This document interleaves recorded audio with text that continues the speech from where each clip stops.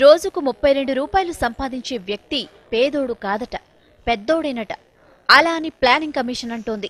దేశంలో దాదాపు 41 కోట్ల మంది పేదలున్నారని తెలిపింది.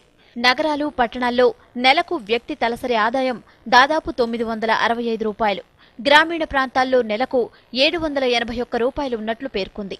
ఇలా అని మాంటెక్ సింగ్ అహ్లూవాలియా ఆధ్వర్యంలోని కమిషన్ సుప్రీంకోర్టుకు అఫిడవిట్ సమర్పించింది. సుమారు 40 కోట్ల మందికి ప్రజా పంపిణీ వ్యవస్థను వర్తింపజేస్తున్నట్లు కమిషన్ తెలిపింది. ఈ ఏడాది మే నాటికి ధరల సూచీ ప్రకారం దేశంలో ప్రజల తలసరి ఆదాయం ఎంత ఉందో అంచనా వేయవలసిందిగా సుప్రీంకోర్టు చేసిన ఆదేశాల మేరకు కమిషన్ ఈ లెక్కలను కోర్టు ముందుంచింది. మొత్తానికి ప్లానింగ్ కమిషన్ పేదరికానికి సరికొత్త భాష్యాన్ని, దారిద్ర్య రేఖకు కొత్త నిర్వచనాన్ని ఇచ్చింది.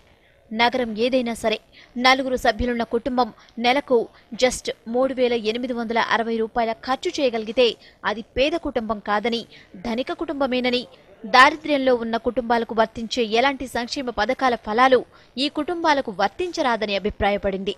దేశంలోని దారిద్ర్యానికి కమిషన్ ఇలా కొత్త భాష్యం చెబుతుండటంతో ఏం చేయాలో తెలియక సగటు సామాన్యుడు తలపట్టుకుంటున్నాడు.